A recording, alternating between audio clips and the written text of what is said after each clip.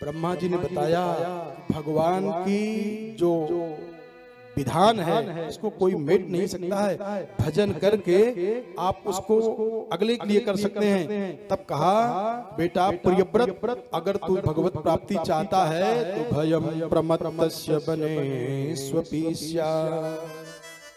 इस सब के लिए बता रहा हूं। कई लोगों को मरकट वैराग्य हो जाता है। मरकट वैराग्य जानते हो? थोड़ा सा इधर उधर हुआ काम साधु हो जाएगी, 4 दिन के लिए गए फिर वापस आ गए। अब तो स्त्रियां भी साधुआइन बन रही है, लो नया नया चल रहा है।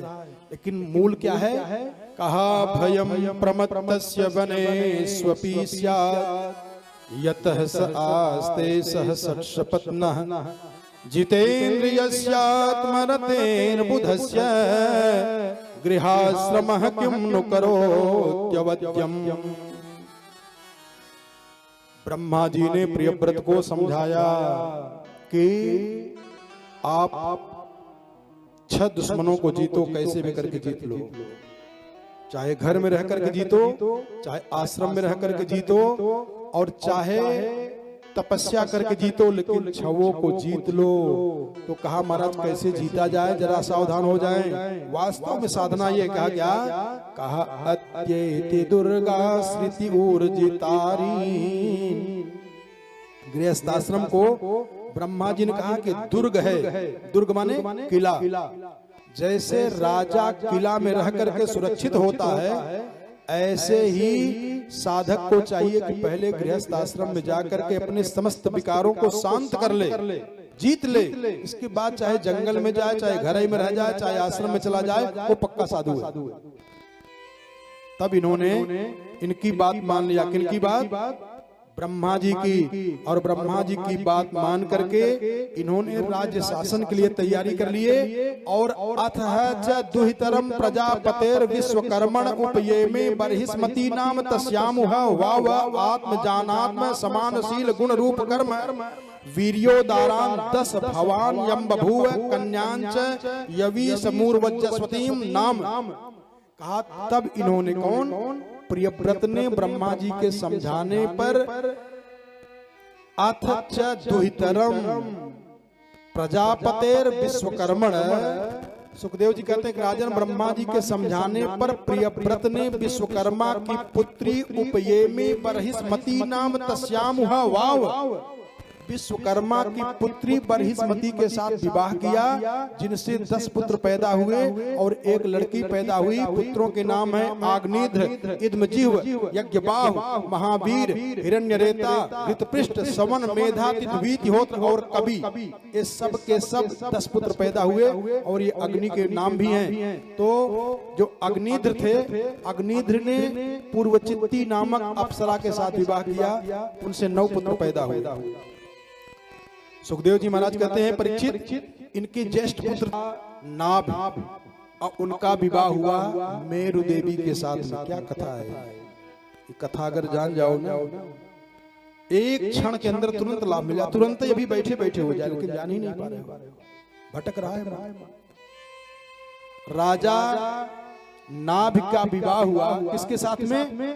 मेरु देवी के साथ में। काफी दिन व्यतीत हो गया, कोई संतान नहीं हो पाई। अगर कोई संतान नहीं हुआ, तब इन्होंने पुत्रेष्ट यज्ञ कराया। कौन? राजा नाभि ने।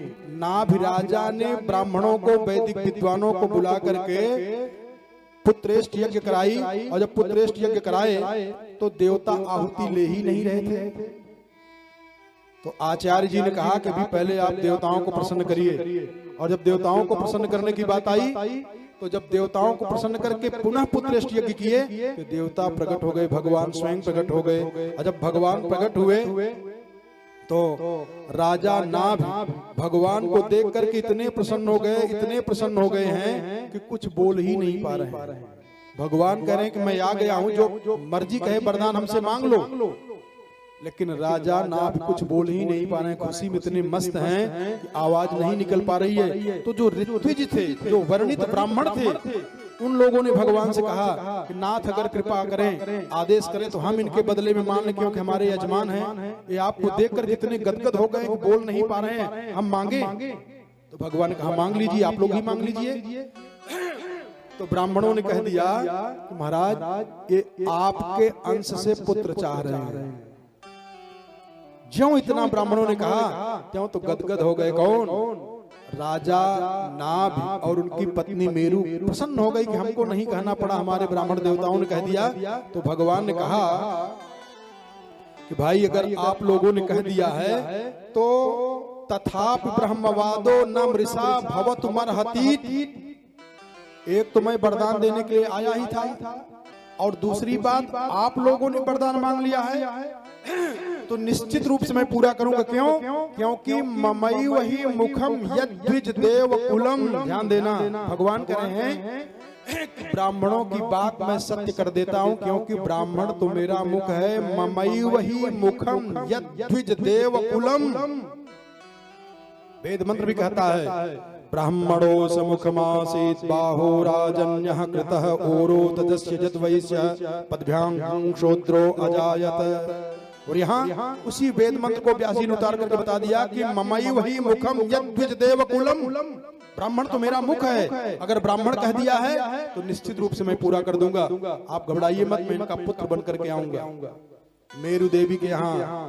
ध्यान देना, तब इनके द्वारा जन्म हुआ ऋषभ देव भगवान का। बोलिए ऋषभ देव भगवान की जय हो। एक कथा है मेरू देवी से और राजा नाभ से ऋषभ देव का जन्म हुआ। और अगर थोड़ी सी ये क्रिया सीख जाओ, थोड़ी सी क्रिया सीख जाओ तो दुनिया का जितना सुख जिमी सरिता